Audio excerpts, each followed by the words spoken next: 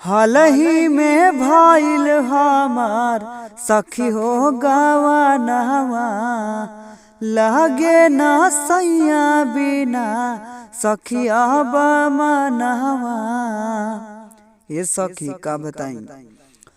हाल ही में भइल हमार सखी हो गवानवा, लागे ना सैया बिना सखी अब मनवा। पिया बाड़े सीमा के सिपाहिया, देशवा के रक्षा खातिर तेज देले हमारा के, रहे लगनी पगली के भेष में।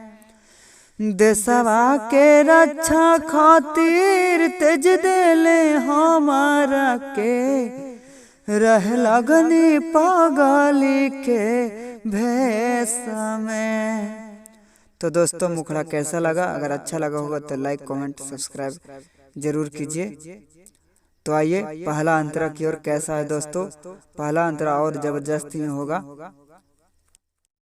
नया नोहर बानी अबही भइल कुछ ही दिन हो, चिंता में देह भइल खीन हो। नया नोहर बानी अबही भइल कुछ ही दिन हो, चिंता में देह भइल खीन हो। रह पड़ी जिंदगी भर का ले समय, देशवा के रक्षा खातिर तेज देले हमारा के, रह लगनी पगली के भेष में। एहो देशवा के रक्षा खातिर तेज देले हमारा के, रह लगनी पगली के भेष में। तो दोस्तों पहला अंतरा कैसा लगा? तो आइए दूसरा अंतरा दोस्तों कैसा है। करी है आतंकी हमला भारत पे चीन हो, दुश्मन के सैया मर है गिन हो। एहो करी है आतंकी हमला भारत पे चीन हो, दुश्मन के सैया मर है गिन हो।